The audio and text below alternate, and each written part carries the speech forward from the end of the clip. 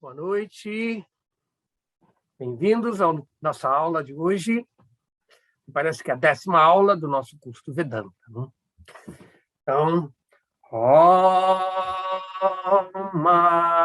Jnanatinirandhasya Jnananjana Shalakaya Chaksurumilitam Jena Tatmai Sri Gurave Namaha Namo Vishnu Padaya Krishna Prestaya Bhutale Srimati Bhakti Vedanta Swamini Namine Namaste Saraswati Deve Gauravani Precharine Nirvishesha Shunyavadi Astachya Desatarine Sri Chaitanya Manobhishtam Sthapitam Jena Bhutale Swayam Rupa Kadamayam Dadati Shwa Padantikam.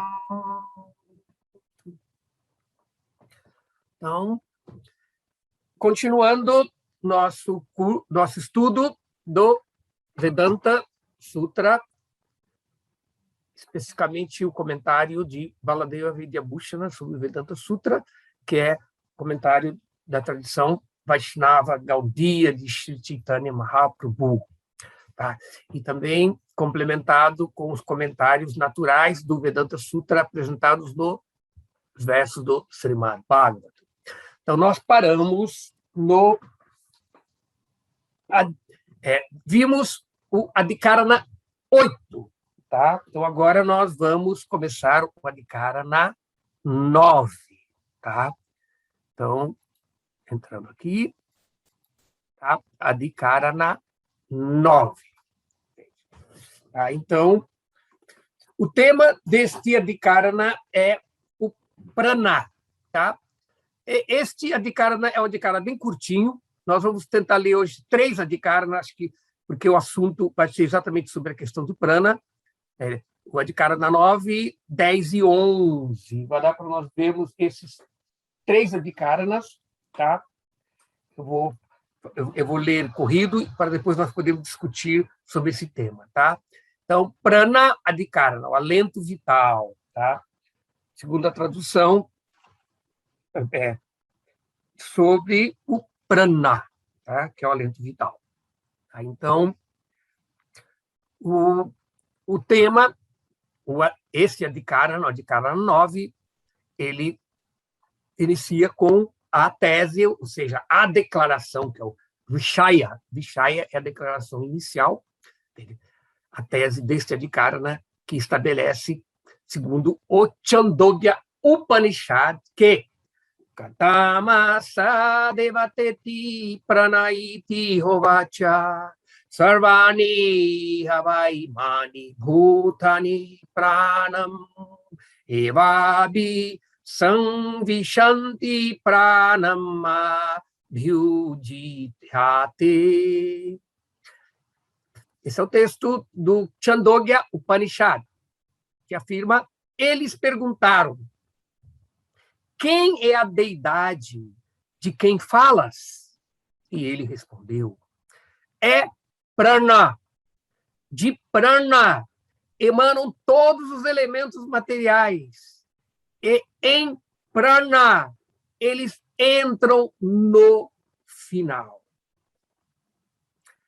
Então, essa afirmação, entende, sobre essa divindade, né, que é nos Upanishads, descrito às vezes como prana. Então, às vezes, o Senhor Supremo é chamado também como prana, e é sobre esse ponto que essa discussão dos Upanishads apresenta, e isso foi colocado como a tese deste Adhikara, né, que prana, a energia vital, é Brahman, é Deus.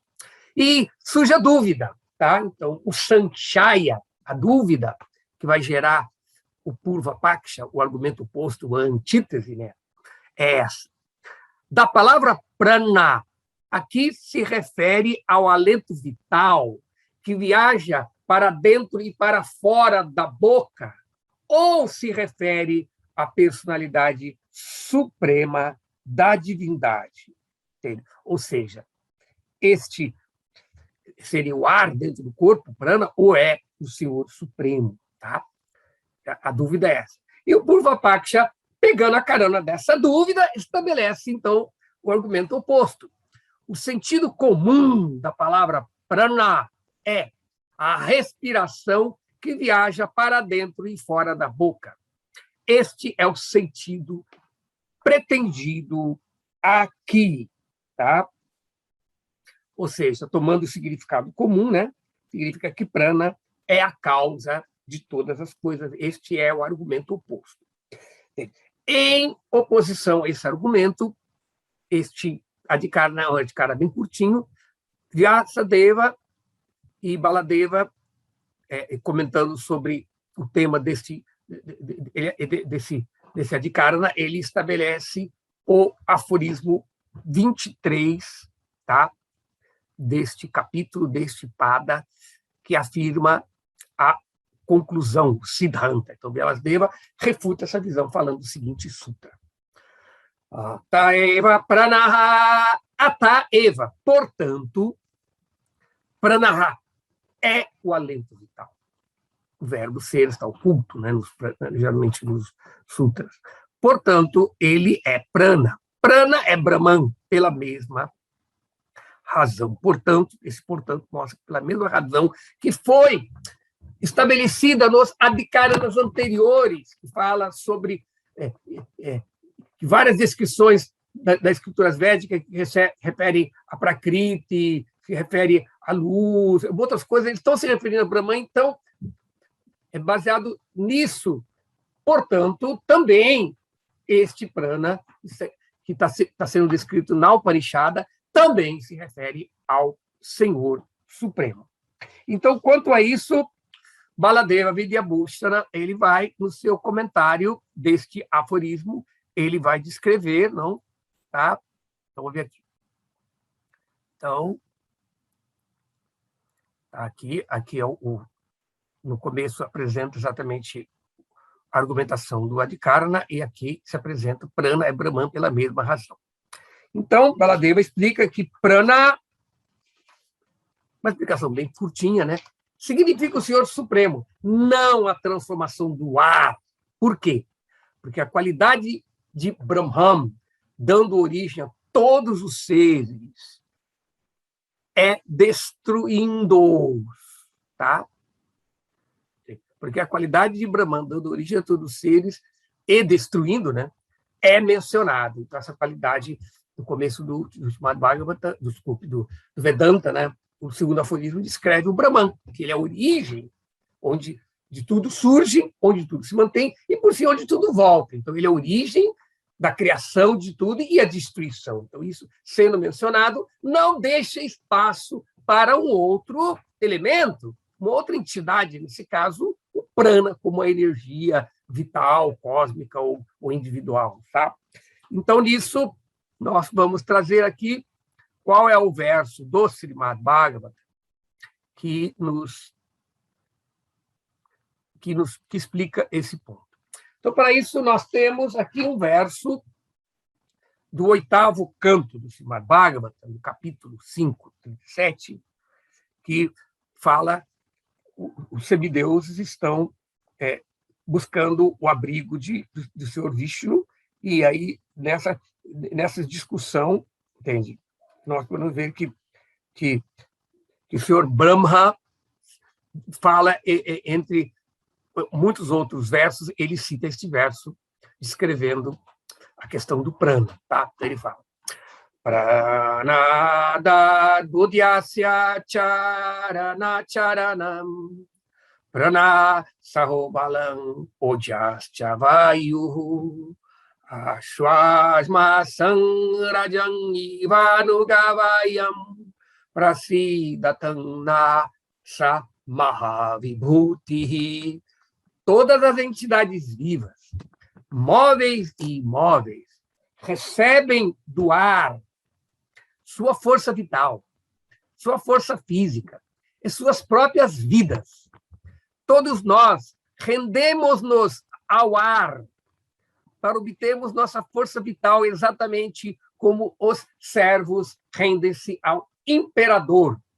A força vital que está no ar é gerada da força vital original que existe na suprema personalidade da divindade. Que este Senhor Supremo esteja satisfeito conosco. Então, esse é o comentário a este aforismo do Vedanta Sutra, feito pela afirmação do Srimad Bhagavatam. Então, Srila Prabhupada, este é o 37, né? Tá? Ele não comenta esse verso, porque ele está numa sequência de descrição, tá, da conversa de Bhagavad. Mas é importante nós entendermos que o ponto aqui, nesse Adhikarana, é prana.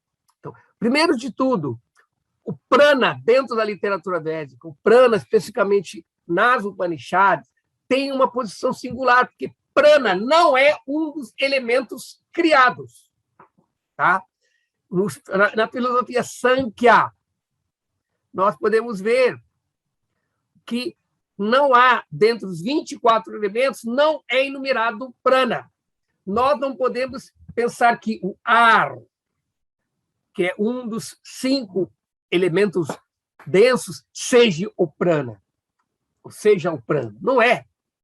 Porque o prana ele existe antes da manifestação dos elementos materiais, entende? Como a energia vital. Do ponto de vista cósmico, o prana cósmico se manifesta na matéria no seu estado causal, que é chamado Mahatattva. Então, quando o Mahatattva se manifesta, quando a natureza material ela se manifesta antes do falso ego surgir, e terra, fogo, água, ar, éter, mente, inteligência, todos esses elementos surgirem, o prana já está ali presente, entende? Ele vem juntamente com a consciência. Tem tanto a consciência material do universo, que reflete a consciência do Senhor Vishnu, como também o prana, que é a energia vital de existência. Então, tanto essa energia de existir, que é a natureza da alma, ela se manifesta nesse universo, assumindo a forma de prana, como a energia vital, e a consciência na forma de ti. Tá? Então, portanto, este prana descrito, ele está se referindo à energia do Senhor Supremo. E como a energia ela é controlada, ela serve o propósito do energético, então assim como o fogo tem seu calor, a sua luz, você não pode pensar que o calor ou a luz são origem da iluminação ou de cozinhar um alimento.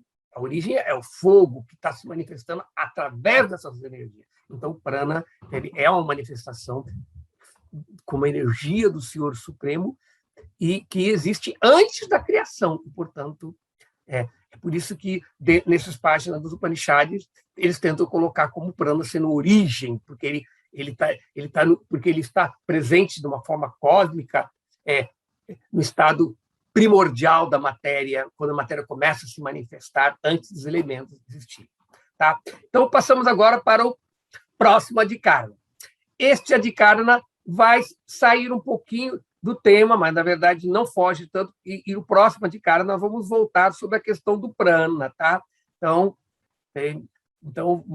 Mas o próximo Adhikarana agora, ele está dizendo que ele é chamado Jyotish. Jyotish Cha. Jyotish Charana. Charana Adhikaranam. Tá? Significa Jyotish, brilho, Charana significa os pés de lótus de Deus. O brilho que surge do corpo de Deus, que é chamado o Brahman, essa refulgência. Jyotish, que é o brilho. Então, o Adhikarana é esse.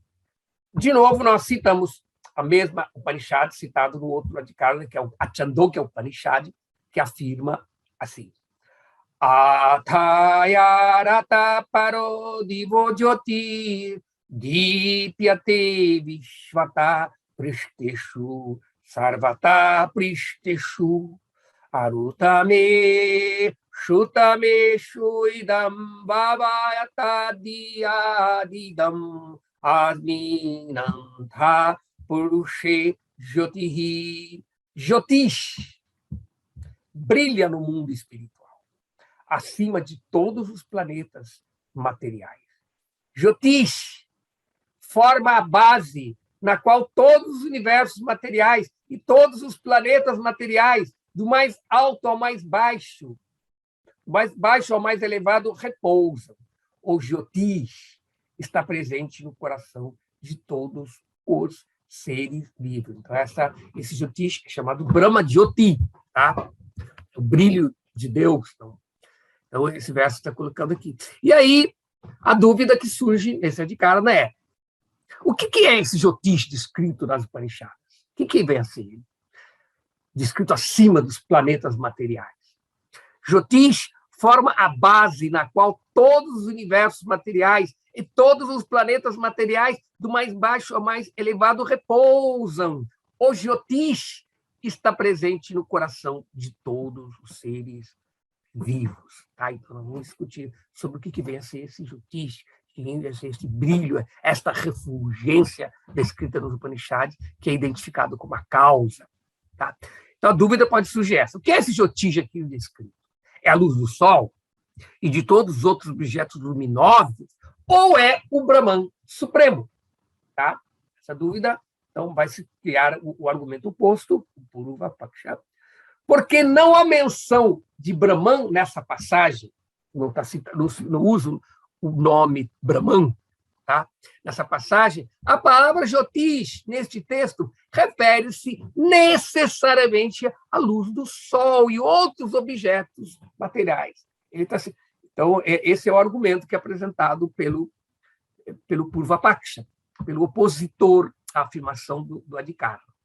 E a isso Vyasadeva responde com o sutra seguinte. Na verdade, Vyasadeva vai apresentar vários sutras. 1, 2, 3, 4 sutras para estabelecer o Siddhanta, a conclusão definitiva deste Adhikara, contestando estes argumentos opostos que são apresentados. Então, nós temos aí o primeiro sutra deste Adhikara, claro, que é o 24. Jyotish Charana Abhidhana. Jyotish, da refulgência, Charana, dos pés, Abhidhana, por ser mencionado. Literalmente, a refulgência é Brahman, por causa da menção dos pés. A palavra Charana significa pés de lótus. A luz se refere ao Brahman, por causa da menção dos pés de Brahman em um verso anterior. Tá? Então, é dito que... Tá? Então, com isso, Baladeva vai explicar este aforismo no seu comentário. Tá? Então, aqui, o Jyotish, a afirmação que ele está com quem tem o livro, vocês podem recapitular. Luz se refere a Brahman por causa da menção dos pés de lótus. O Jyoti, ou luz, significa Brahman. Por quê? Em razão da menção aos pés. Por isso que este Adhikara é chamado Jyotish Charana, a luz dos pés. Tá? Anteriormente foi dito: Etavam asya mahimato jansta purusha padosya sarva bhutani tripadasya amritam divi. Este é um verso do Rig Veda que também é repassado também na Chandogya Upanishad, falando sobre, nesse caso, o Gayatri. Tal é a grandeza do Gayatri.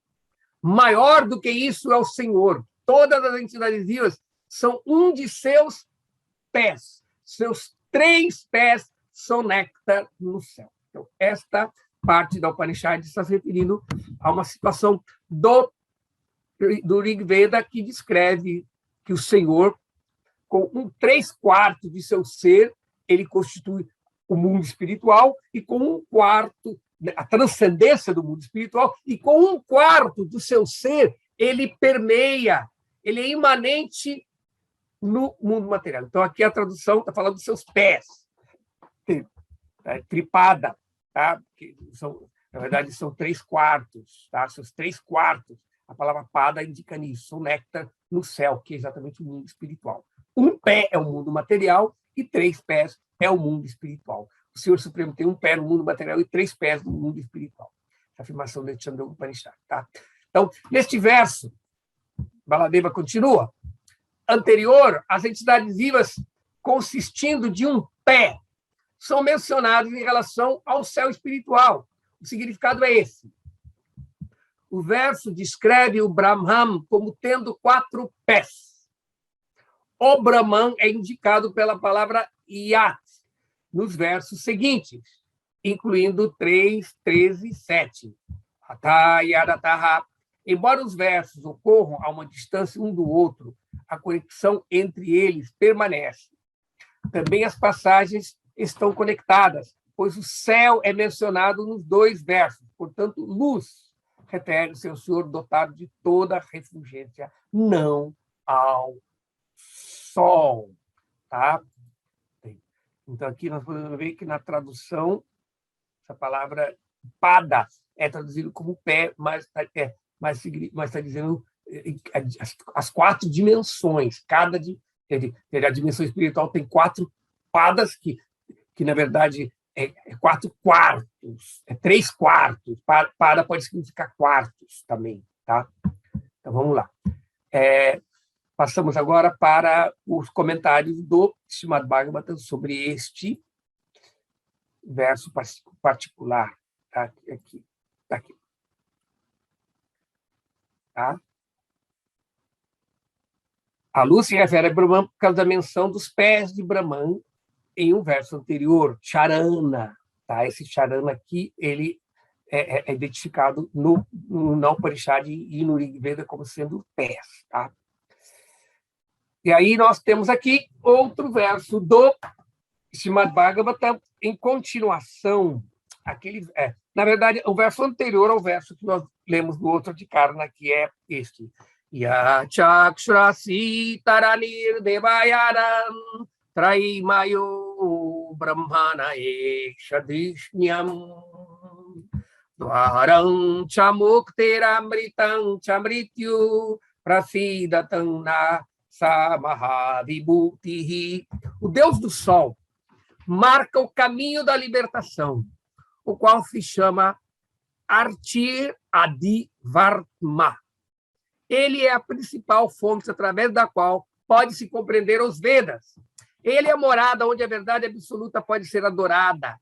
Ele é a porta da libertação e é a fonte da vida eterna, bem como a causa da morte. O Deus do Sol é o olho do Senhor, que este Senhor Supremo, que é supremamente opulento, esteja satisfeito conosco.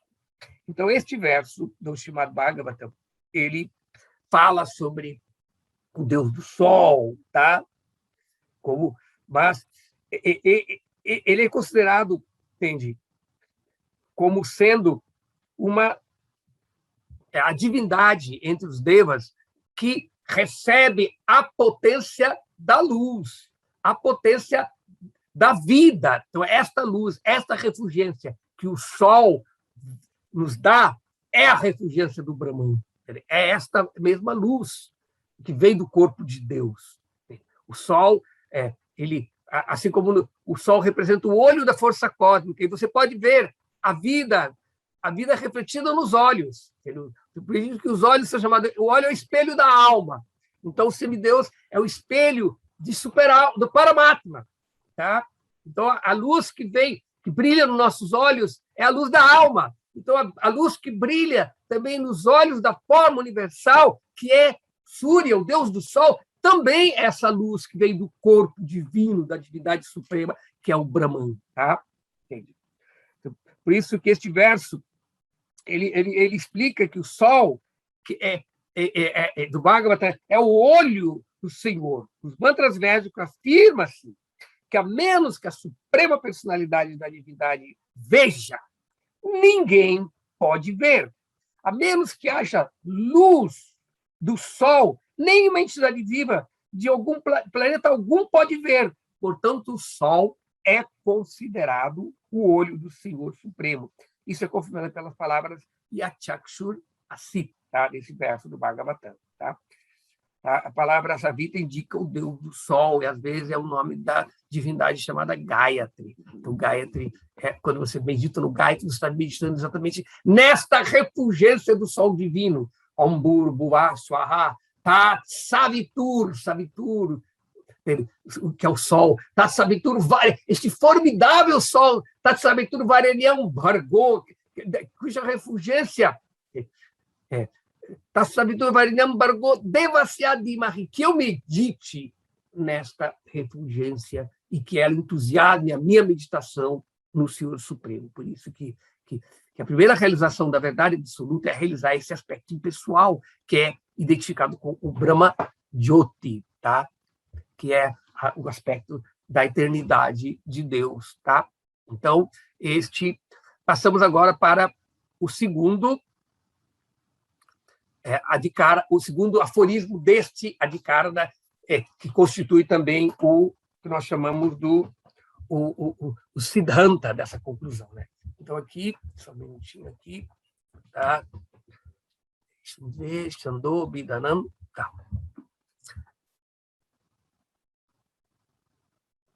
Chandô, Bidanam, Netichen, Natata, Cheto, Arpana Nigata Tathahi Darshanam.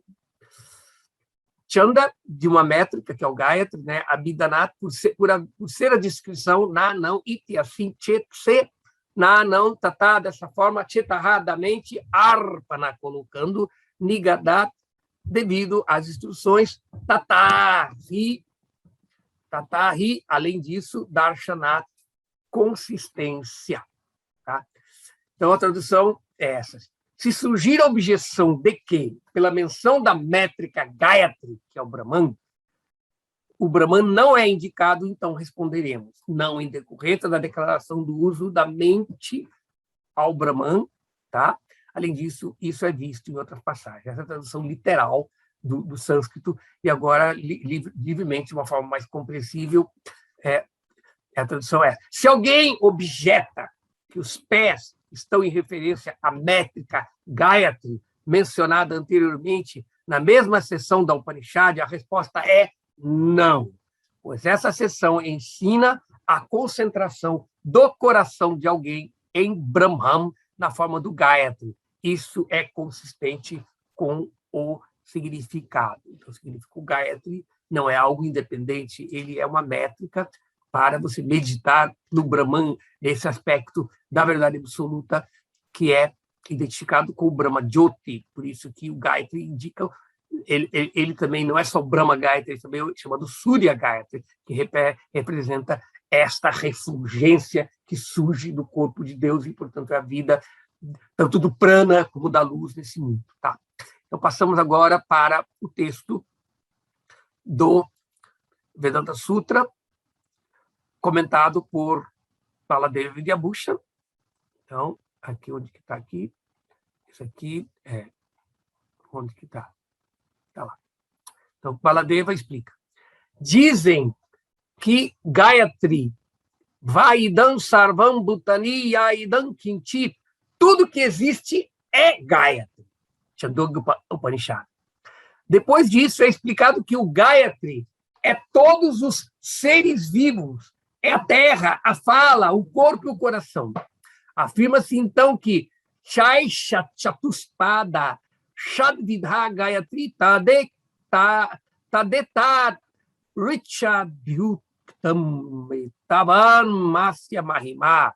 O Gayatri tem 4 pés e 6 variedades. Isso é descrito em um verso. Tal é a sua grandeza.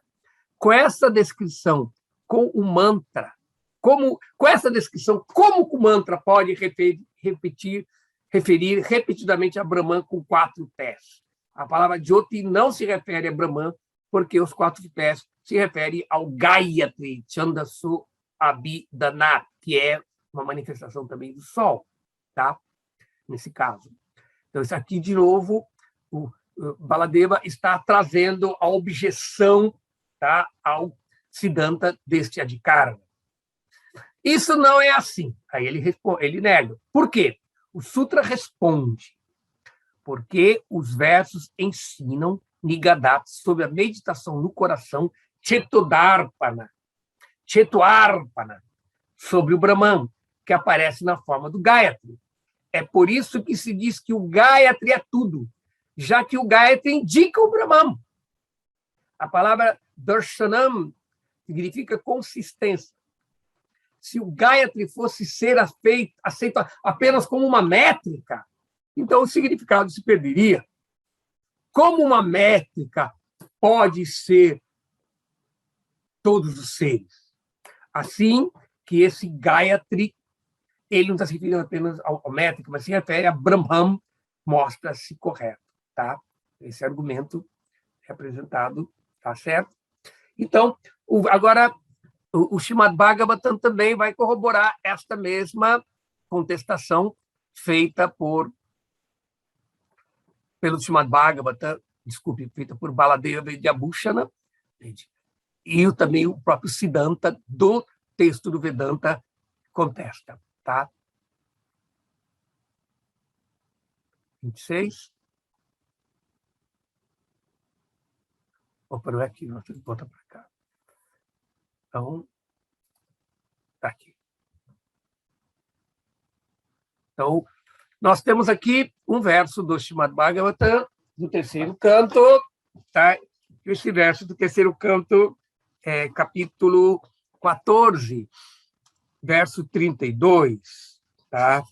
Que é a parte do Srimad Bhagavatam que fala sobre como que os asuras foram criados de sua mãe Diti, tá? Então,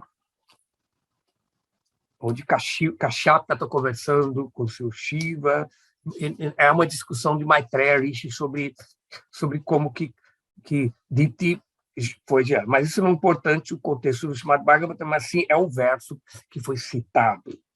Tá?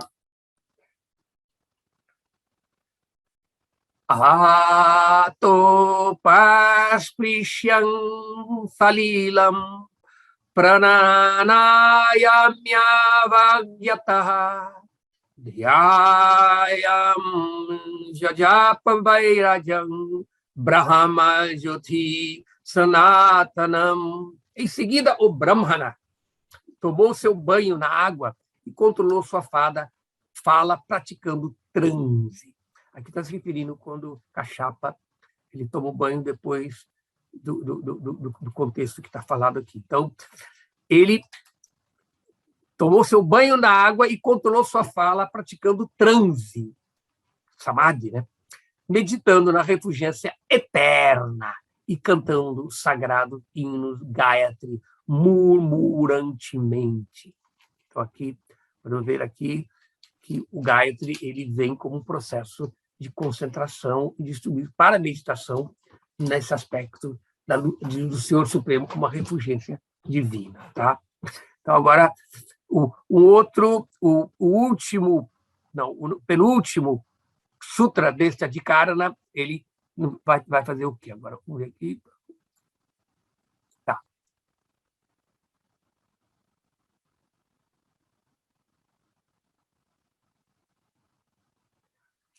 Bhutadipada vyapadesho papates chaiva.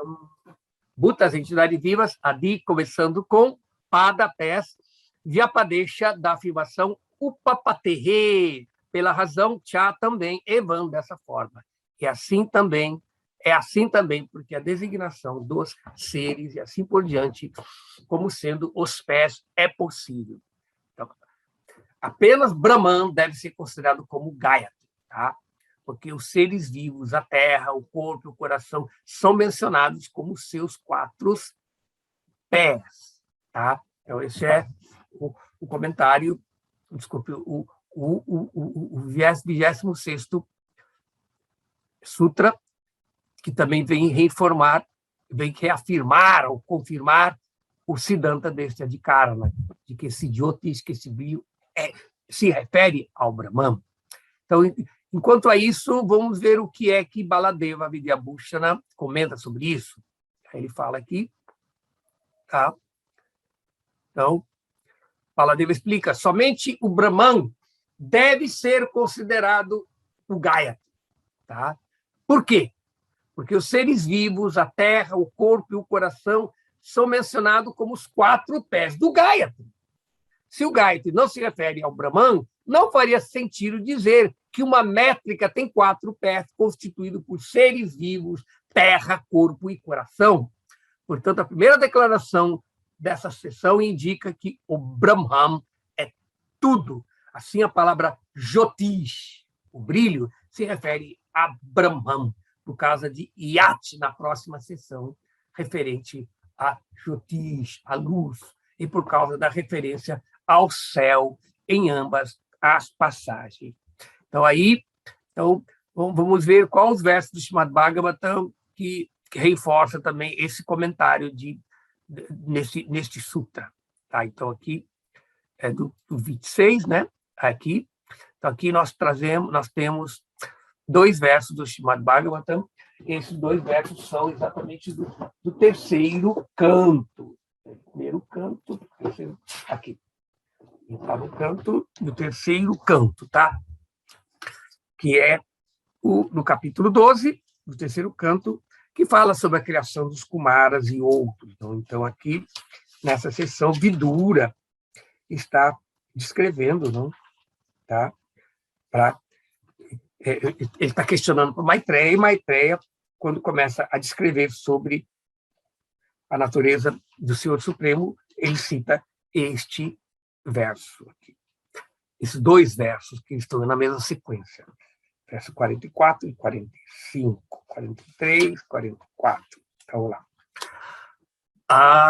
Anuikshiki traivarta dandaniti stathaiva cha evam vyaritayascha pranavo hyatya dahrataha.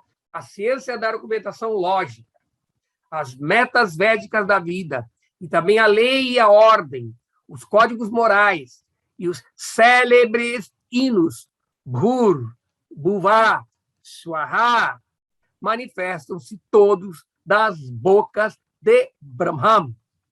Desculpe, de Brahma, o Senhor Brahma, nesse caso, o Criador, o Demiurgo. Né? E o Pranava Onkara manifestou-se de seu coração. Então, seguindo este, o próximo verso, complementando essa ideia, fala Tasyosh Nigasi Lomabhyo Gayatri Chatvacho Vibho Trishtum Manshat Snuto Anushtu Jagatyashtana Prajapati. Em seguida, a arte de expressão literária, o Shnik, procedeu dos pelos do corpo do todo-poderoso Prajapati, que é Brahma, né? O principal hino védico, o Gayatri, procedeu da pele, o Trishtub, da carne, o Anushtub, das veias, e o Jagati, dos olhos do Senhor, das entidades vivas. Tá. Então, aqui nós temos a descrição, não? Tá, deste... Esse é o 44, 45, tá? Então, aqui há a descrição desse verso de vários hinos, várias métricas védicas. O Gayatri é uma das métricas védicas, e tem também outra métrica chamada Tristub, a outra chamada Anustub e Jagati. Essas métricas védicas dependem do número de sílabas que existe em cada pada, ou em cada parte, em cada meia linha dos versos. Existe, por exemplo, uma das métricas utilizado muito nas literaturas como o Bhagavatam, mesmo Bhagavad Gita, que é chamado Shloka, não? Ele que é chamado Anustub. Aí tá lá, o Anustub, que surgiu das veias, ele tem 16 sílabas em cada linha e 8 sílabas em cada pada. Pada é o pé. Ou seja, um verso tem 4 padas, tem 4 pés, que são 2 pés constituem uma linha de verso. Então, você pode ver que no Srimad Bhagavatam, mesmo na Bhagavad Gita, nos livros que eles são editados pelo movimento Hare Krishna, pela BBT, você vê, eles são colocados ali, dividido em padas, quase você vê 4 linhas, não são 4 versos, são 2 padas que constituem uma linha. Tá? Então, aqui a descrição desses vários tipos. Existem dezenas e dezenas de métricas védicas. Tá? Então a métrica mais importante, mais famosa e mais importante, que é exatamente o Gayatri Mantra. E o Senhor Supremo, ele é adorado por essa métrica Gayatri, que representa ele. Tá? Então, passamos agora para o próximo sutra, que fecha este Adhikarana, que é Upadesha Vedanneti Chen Nobhayasmi Napi Avirodhate. Upadesha de instruções, Vedat, pela diferença na, não, iti, assim, chet, se, na, não, Ubayasmin, em ambos lugares, api, também, avirodhat, pela não contradição. Se for objetado que isso não é assim, devido à diferença de instrução, Brahman não é reconhecido, respondemos não, devido a não haver contradição também em ambos os casos. Então, livremente, a tradução é essa. Se alguém argumenta que as afirmações têm significado diferente em relação ao céu, não é assim, pois não há contradição nas duas afirmações. Tá? Então, Baladeva vai nos esclarecer no seu comentário sobre este sutra. Tá?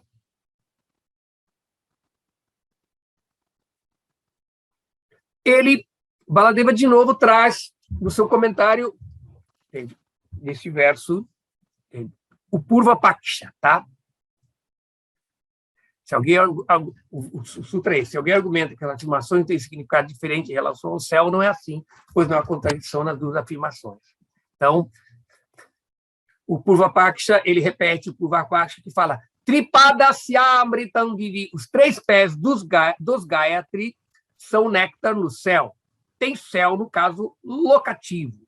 O céu atua como suporte. Na outra frase, Parodivá, a luz está acima do céu, o céu está no caso ablativo. Isso na gramática sânscrita, o caso locativo indica que aquela palavra indica que você está em tal lugar, tá? Indica o locus, a locação.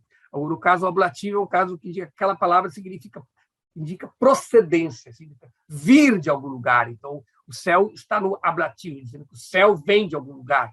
Assim, o Gayatri e a luz não podem se referir, tá, ao mesmo objeto, uma vez que são colocados de maneira diferente, de acordo com os ensinamentos Upadesha Vedanta. Então, esse é o argumento trazido pelo Purva Paksha, né, o contestador, então, Baladeva traz ele de novo, reformulado, com outro argumento, e ele também derrota isso. Diz, isso não é assim. Por quê? O Sutra responde dizendo que não há contradição, avirodhata, nos 2 ensinamentos, o Bayasmin, pois ambos significam o caso locativo. Afirma-se que um papagaio sentado em cima de uma árvore está na árvore e acima dela. Tá? Então, o Senhor está no céu, em cima e acima do céu. Ele está, significa, não é que ele veio do céu, porque ele está nesse mundo. Significa ele veio, o ablativo, e também está em tudo, não é significa. Tá? Então, o Senhor está no céu, em cima e acima do céu. Embora os ensinamentos pareçam diferentes, o significado é o mesmo. Portanto, não há contradição. Tá? Então, agora nós passaremos para o próximo Adhikarana para finalizar nossa aula, tá? Então, vamos agora passar para o verso do Srimad Bhagavatam, tá? Tá. Então, aqui, neste último aforismo do Adhikarana, ele é explicado por 2 versos do segundo canto do Srimad Bhagavatam, tá? É o capítulo do Purusha Sukta é confirmado.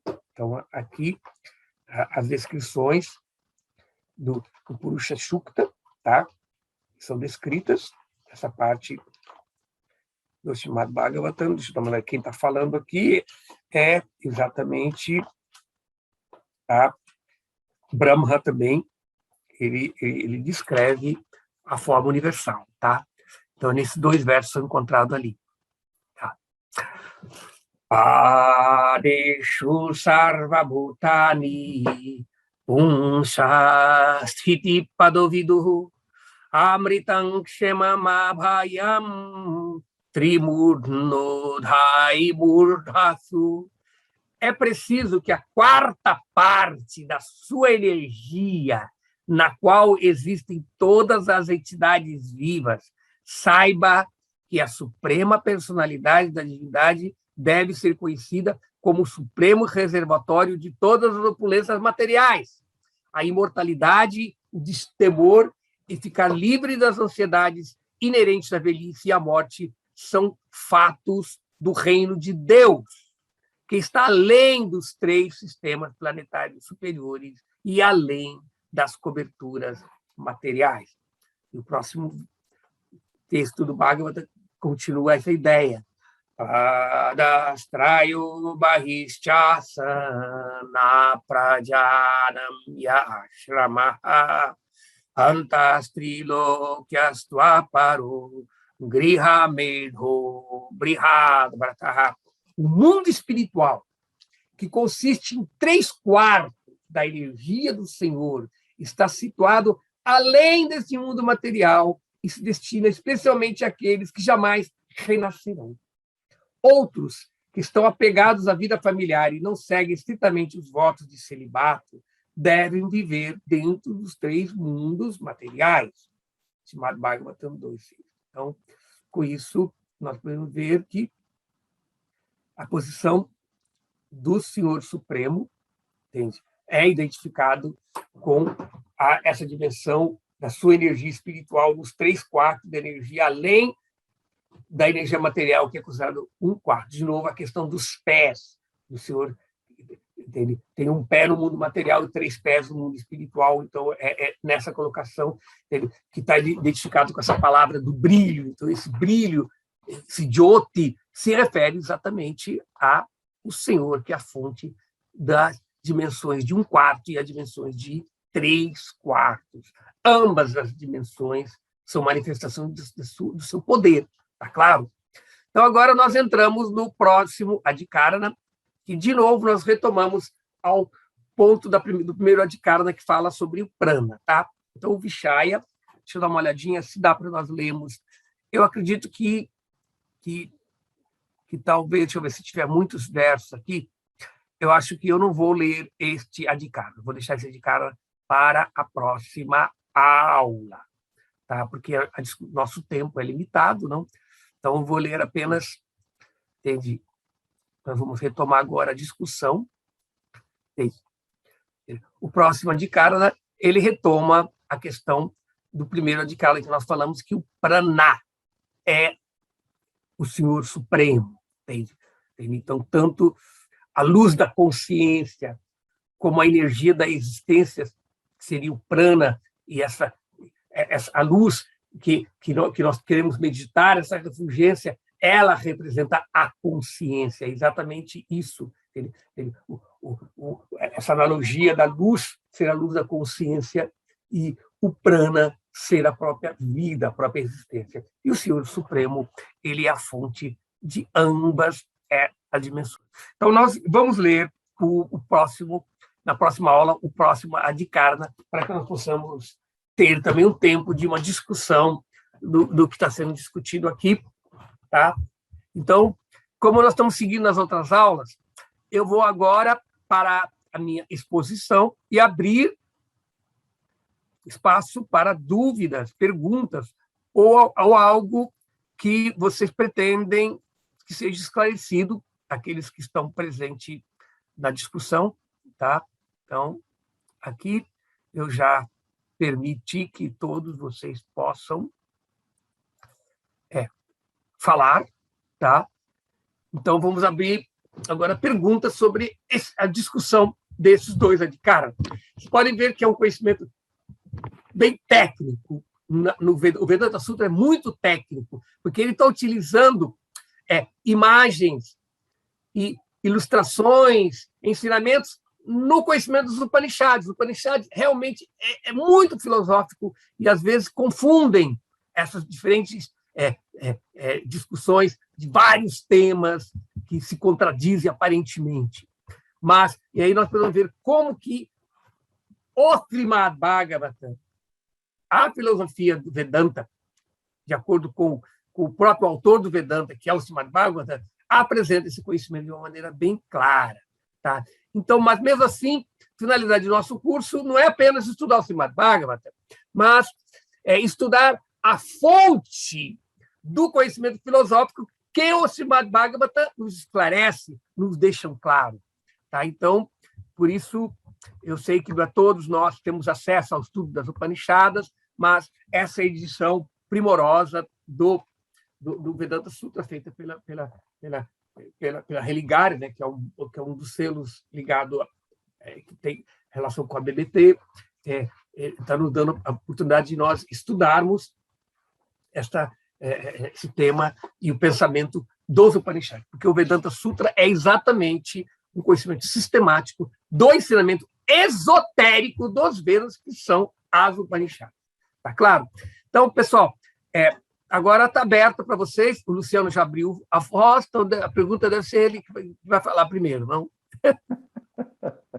Não sei, né, Prabhu? Não sei se tem as mulheres e as crianças primeiro, né? Tudo bem, eu vou fazer uma pergunta, Prabhu. Pode falar. Faz um tempinho já que a gente escuta, né, nas aulas e tudo mais, né, e a energia material, né, os mundos materiais são a energia,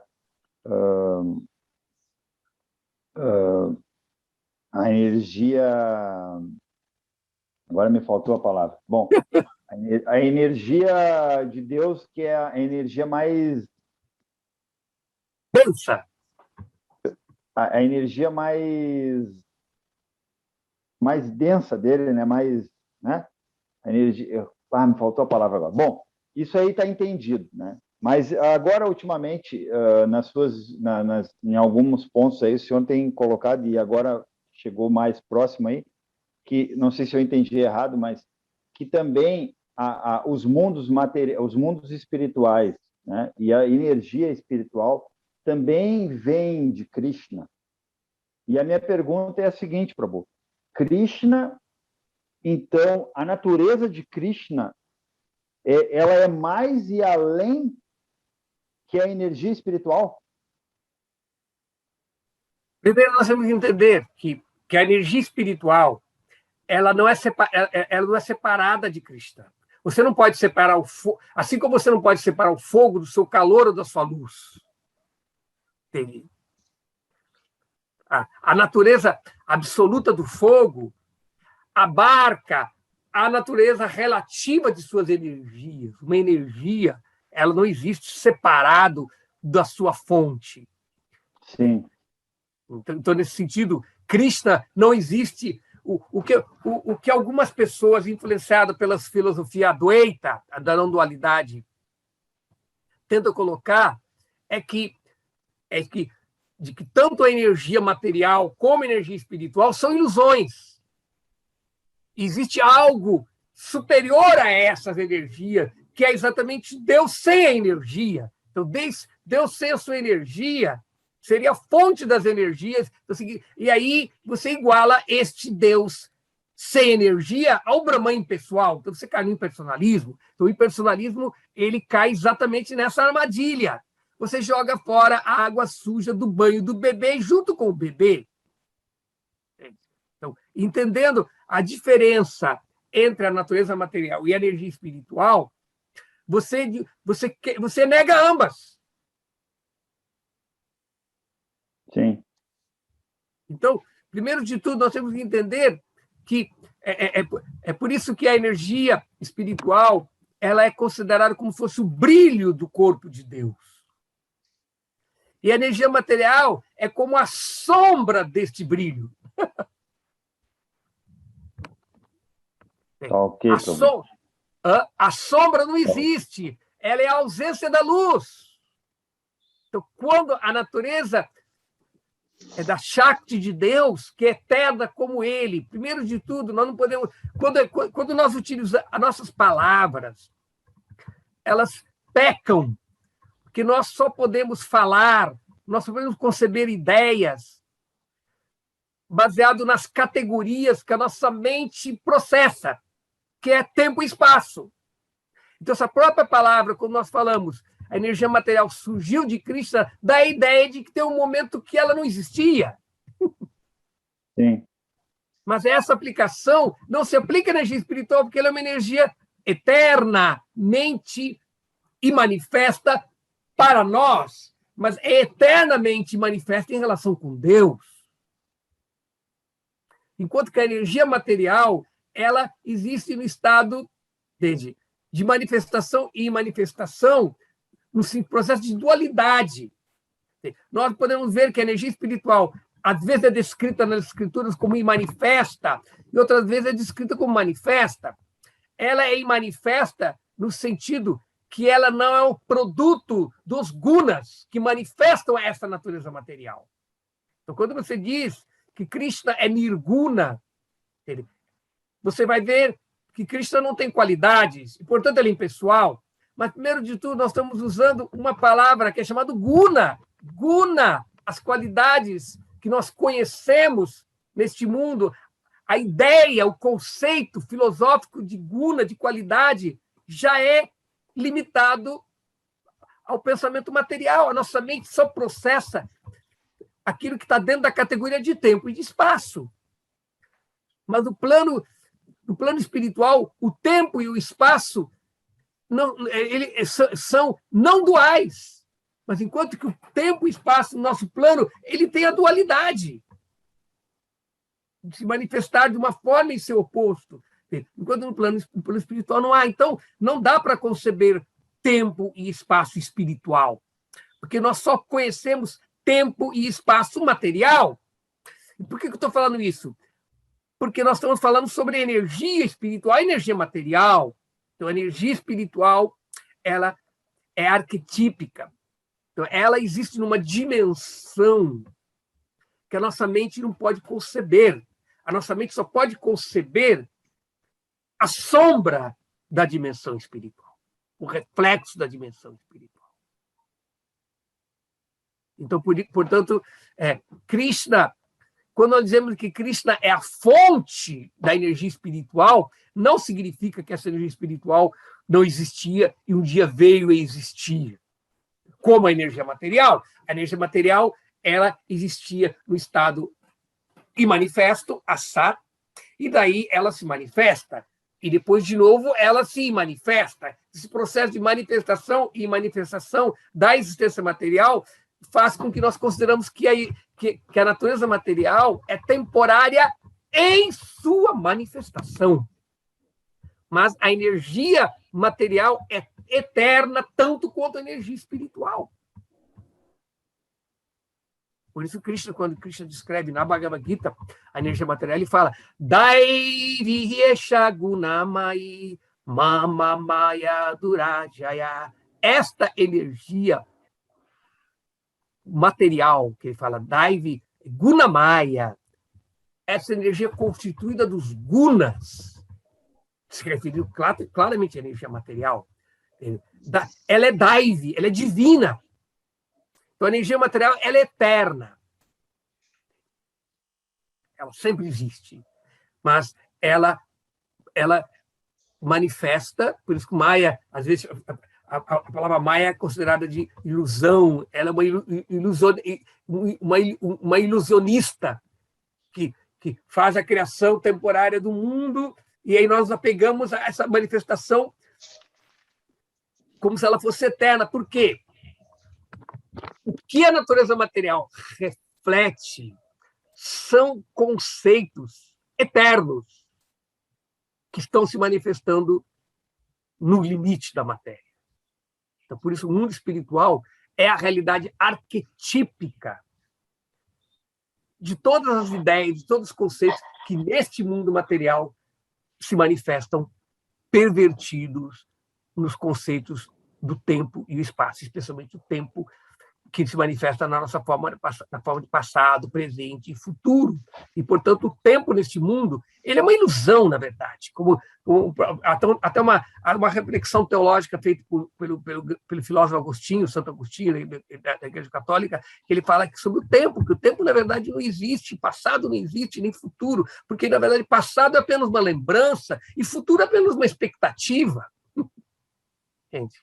E o presente, muito menos. Porque quando aquela expectativa está em mãos do presente, ela já se torna uma lembrança, já se torna passado. Então, é assim que nós lidamos com o conceito de tempo. E o que dizer de espaço? Que nós não, um corpo, dois corpos não podem ocupar o mesmo espaço.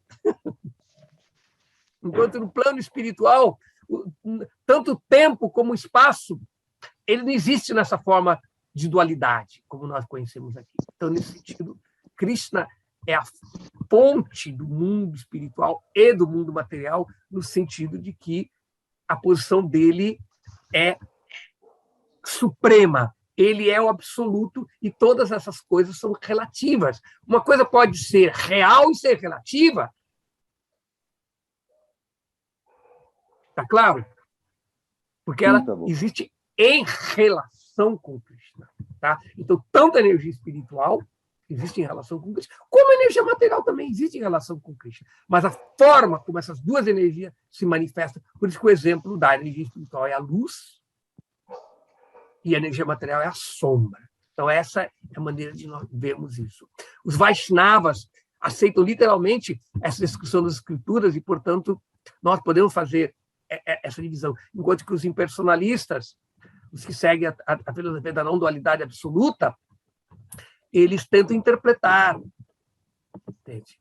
E não conseguem aceitar literalmente. O grande problema de aceitar literalmente, hoje em dia as pessoas não gostam, acham que isso é uma...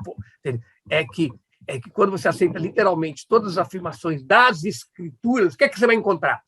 Paradoxo, contradição. Mas é claro que vai ter contradição. Se você quer que um programa muito pesado rode num computador leve, que tem uma configuração leve, o que vai acontecer com ele? Vai conseguir não rodar? Vai. Claro que não. Ele vai dar qual o sinal que ele vai dar antigamente em inglês, né? Overload, overload, overload, overload. O que significa overload? Não pode processar. Tá? Entendeu? Então, portanto, aqueles filósofos que adoram, e, portanto, por isso que muitas pessoas aceitam a filosofia da não-dualidade, porque ela é mais lógica, porque ela procura conciliar as contradições, é redondinha, explica tudo. Quem disse que a nossa tarca, a nossa lógica material pode explicar uma realidade espiritual? E quando nós tentamos, vem na forma de paradoxo. Portanto, os seguidores do Vedanta, da tradição Vaishnava, não tentam explicar os paradoxos. Eles tentam explicar por que o paradoxo existe. É bem diferente, tá claro? Mas é natural que vai ser contraditório. Tá? Deu para responder um pouquinho essa pergunta? Sim, deu sim, para a Luísa tem pergunta agora também. Deixa agora ela, depois eu volto para você. Tá bom.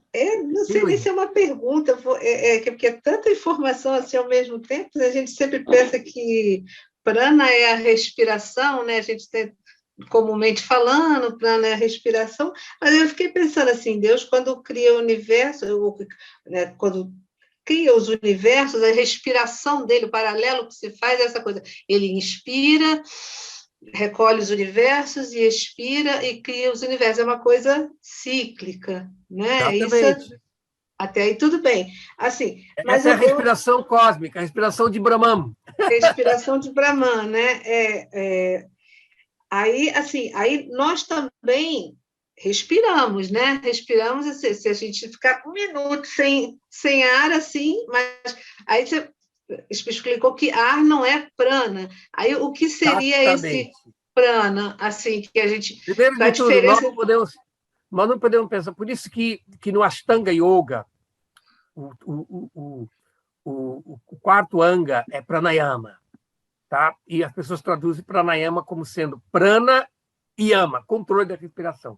Mas, na verdade, a tradução correta não é prana e yama, é prana ayama. Então, a palavra yama não é controle, mas a palavra ayama não significa controlar, significa expandir a respiração.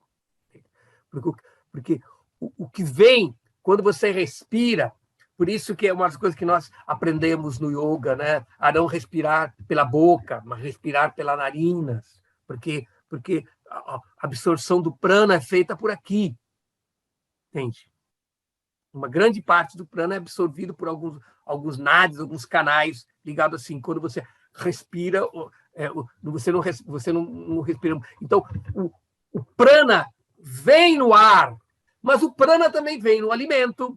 O prana vem quando você abraça uma pessoa, o prana vem na luz do sol, o prana vem de muitas formas. Não vem apenas na respiração. Na respiração é uma forma de você trazer uma forma muito concentrada de prana. Por isso que é importante... No pranayama não é só respirar ou aspirar. Existe uma coisa chamada... Entre a inspiração e a expiração, tem um momento, quem já ouviu falar? Que é chamada retenção. Então, no pranayama, quem pratica pranayama, o mais importante não é a inspiração nem a expiração, nem a inspiração, é a retenção. Porque na retenção, quando a energia entra no nosso corpo, o prana, ele passa pelo sistema dual, do Ida e Pingala, da energia positiva, energia negativa. Agora, existe um canal neutro que o prana tem que ir para ele. Então, o prana é a energia vital, não é o oxigênio do ar. Tá? Por isso que alguns yogis, que eles vivem de prana, eles não vivem de ar. Então, a capacidade de você viver de prana, não basta você parar de comer. Algumas pessoas pensam, tem todo um processo de pranayama, de controle, de meditação, para que o prana possa ir em alguns canais, alguns circuitos energéticos que transformam a energia. Assim como quando você quando você come um alimento, você tira a energia vital do alimento e tem vitalidade. Por isso que a importância de uma alimentação natural, uma respiração natural, para que você tenha prana. Qual a diferença entre um remédio com prana e um remédio sem prana? Porque quando você pega elementos químicos, medicamentos, dos alimentos, do remédio, aquilo tem que ser processado no seu corpo. E para processar, para o metabolismo ser feito, você precisa de prana. Então, quando você tem uma alimentação natural, energizada, uma água natural, junto com a alimentação, vem o prana. Como aquelas pessoas que compram farinha de trigo com fermento e sem fermento, não? Quem compra sem fermento tem que botar o fermento. Então, de uma forma, quem tem um alimento sem vitalidade, o corpo tira da energia vital do nosso corpo e nossa saúde diminui para poder fazer a própria digestão e etc. O metabolismo do nosso corpo. Então eu estou tentando falar isso para você mostrar realmente como que prana é uma outra coisa, tá? Então, tem pessoas que conseguem trabalhar em toda a fisiologia energética e sutil do corpo para que o prana se transforme em energia sutil e alimente o próprio corpo. Entende? Então, é uma coisa muito complexa. A finalidade do meu curso não é explicar sobre essa coisa técnica, mas só para mostrar como que o prana é. E este prana é exatamente a vida que nós temos que receber. Tá claro? Então, Luciano, parece que você ainda tinha uma dúvida que você não esclareceu. Não, eu só queria lhe dizer que até então, né, eu vinha formulando na minha cabecinha aqui que Krishna era espírito, mas Krishna é além de espírito. Krishna... Ele é o criador, ele é a fonte da espiritualidade, dos mundos espirituais. Ele é a fonte disso. É a fonte de tudo, de todas as energias, de todos os seres. Mas, mesmo sendo a fonte, ele ainda é ele. Não é uma fonte impessoal. Ele é aquela pessoa que também é o Brahman. O Brahman é a fonte de tudo que existe, é o eu sou. Tudo aquilo que existe é Brahman. Mas só que o Brahman é um dos aspectos de Deus.